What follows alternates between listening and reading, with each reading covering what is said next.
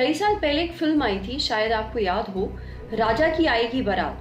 Heroine थी रानी मुखर्जी। उनका किरदार माला जो है उसका रेप हो जाता है और रेपिस्ट को सजा होने वाली होती है कि माला जो है कोर्ट में काफी इमोशनल दलील देती हैं कि रेपिस्ट को तो सजा मिल जाएगी, लेकिन उसे जो सजा मिलेगी उसका क्या, उसकी तो कभी शादी नहीं होगी। फिर क्या था, न्याय के नाम पर कोर्ट रेपिस्ट से माला की शादी का फैसला सुना देता है, साथ ही रेपिस्ट को बरी भी कर देता है। अब इसी से कुछ मिलता जुलता जो मामला है वो पंजाब हरियाणा हाई कोर्ट में आया है। यह एक नाबालिग का साल भर पहले गैंगरेप हुआ था। 4 आरोपी थे।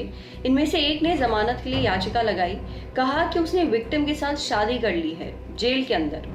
कोर्ट ने उसे जमानत दे दी, पर बाकी 3 आरोपियों की जो याचिका है वो खारिज कर दी गई।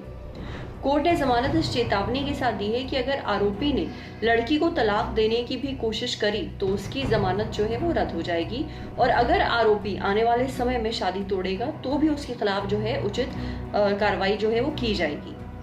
इंडियन एक्सप्रेस के मुताबिक जब ये घटना हुई थी तब पीड़िता की उम्र जो है वो 17 साल 5 महीने थी। आरोपियों के खिलाफ आईपीसी की धारा 306D और 506 और पॉक्सो की धारा 6 के तहत केस दर्ज हुआ था। 4 में से एक ने दिसंबर 2019 में जमानत के लिए अप्लाई किया था और ये बताया था कि उसने पीड़िता से जेल में निकाह कर लिया है। रेप का केस अभी कोर्ट में लंबित है। पर अब सवाल ये है कि क्या किसी रेप विक्टिम से उसके रेप का आरोपी शादी कर ले तो उसकी सजा का क्या होता है, यानी शादी के बाद रेप की सजा में कोई बदलाव आएगा? क्या रेप के आरोपी को सजा में रियायत मिलेगी या फिर रेप की सजा से आरोपी को मुक्त कर दिया जाएगा क्योंकि उसने पीड़िता से शादी कर ली है? इस तरह के तमाम सवालों के लिए हमने सुप्रीम कोर्ट के 2 उन वकीलों से बात की जो इस तरह के मामले हैंडल करते हैं।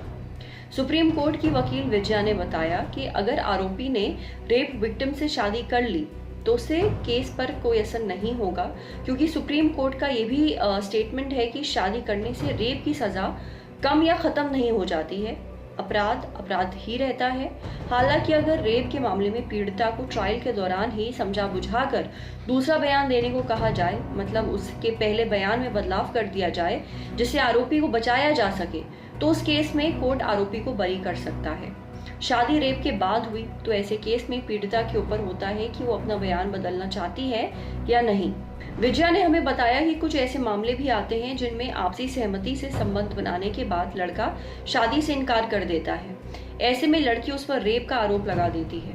इस तरह के कई मामले में केस फाइनल करने के बाद लड़का शादी के लिए तैयार हो जाता है और ट्रायल में लड़की बयान जो है वो बदल देती है, इससे लड़का बरी हो जाता है। वहीं सुप्रीम कोर्ट के वकील KV उपाध्याय ने बताया कि शादी भले ही आरोपी कर ले पर अपराध तो वही रहेगा, क्योंकि जब आरोपी ने रेप किया तब पीड़िता उसकी पत्नी नहीं थी। आरोपी ने बाद में शादी की और अधिकतर केसेस में यही होता है, और सुप्रीम कोर्ट का भी यही कहना है कि अपराध किया तो किया। हाँ, अगर पीड़िता अपनी बात से मुकर जाए, कोर्ट में ये बोल दे कि उसने किसी दबाव में आकर रेप का आरोप लगाया था, तो धारा 376 कमजोर पड़ जाती है। ट्रायल कोर्ट आरोपी को बरी कर सकता है, और अगर ट्रायल के बाद पीड़िता मुकरती है तो आरोपी को केस में सजा होनी ही है, तब कुछ नहीं हो सकता।